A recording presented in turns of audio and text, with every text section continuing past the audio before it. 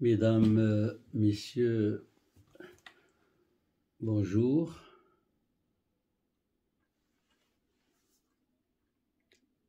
أجر في اللون أيثم الاستماع. السلام عليكم أخواتي إخواني. Cette vidéo que je lance aujourd'hui dans la chaîne YouTube qui porte le nom du docteur Aguerd Mustapha, docteur Mustapha Aguerd. J'ai créé cette chaîne pour défendre la mazérité du Maroc. En fait, comme tout le monde le sait, il y a au Maroc des arabophones et des berbères, des amazigophones. Mais l'administration essaie toujours de marginaliser la constituante amazigh de notre identité. Depuis l'indépendance et même avant, l'administration marocaine met en avant l'arabité du Maroc, mais essaie de camoufler, de cacher et de masquer l'identité amazigh de ce pays. C'est pour cela que j'ai lancé cette vidéo YouTube pour essayer de mettre en avant la présence amazigh et de défendre la culture et la langue amazigh. C'est vrai, à partir des années 80, il y a naissance d'un certain nombre d'associations culturelles qui se comptent par milliers et qui essaient de défendre cette identité.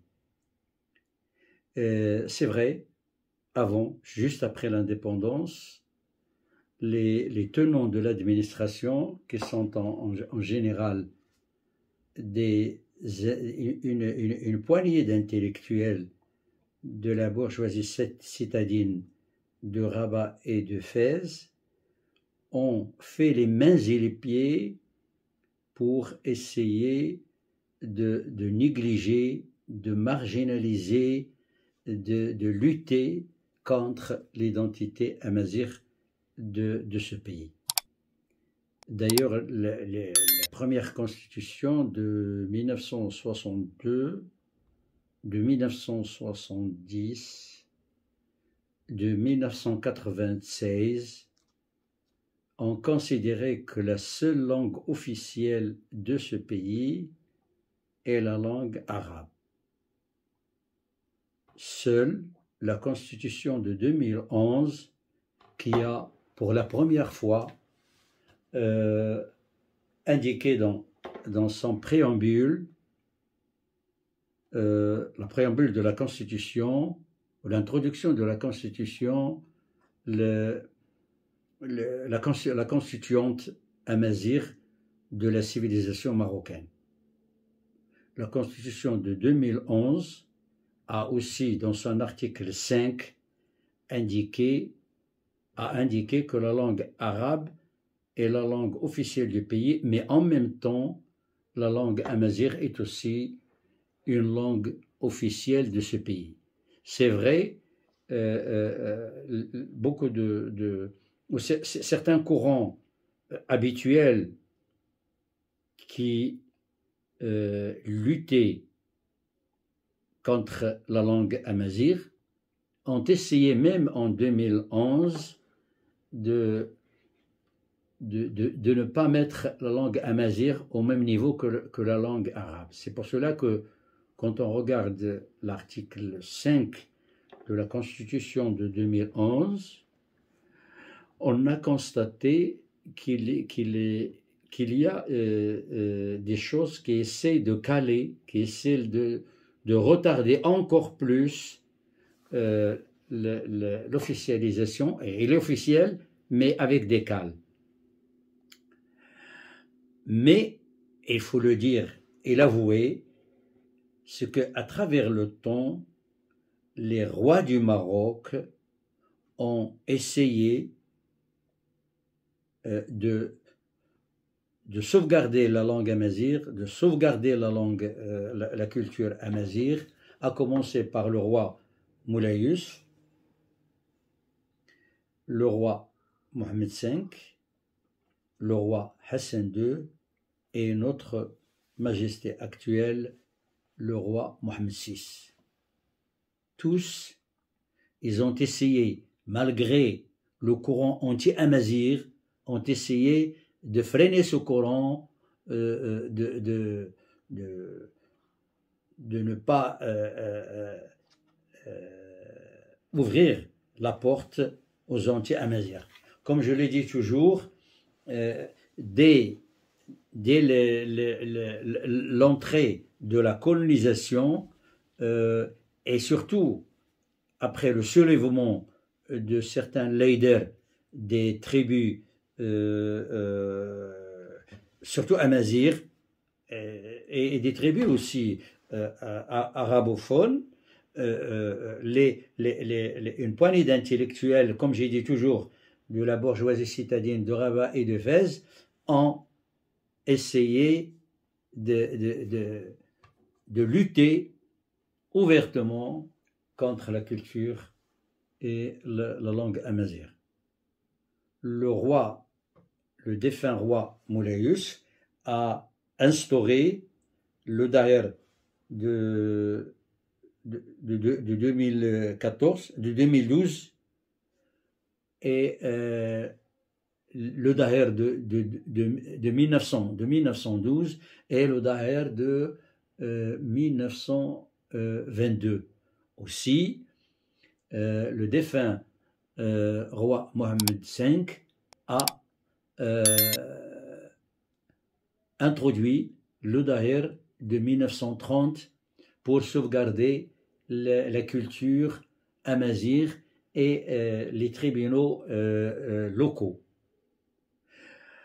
Hassan II et Mohammed VI, Hassan II aussi a apporté son soutien à maintes reprises à la langue amazigh et à la culture amazigh, et le roi, notre roi actuel, est celui qui a mis la langue amazigh et la culture amazigh sur les rails à partir du discours d'Ejdir en 2001,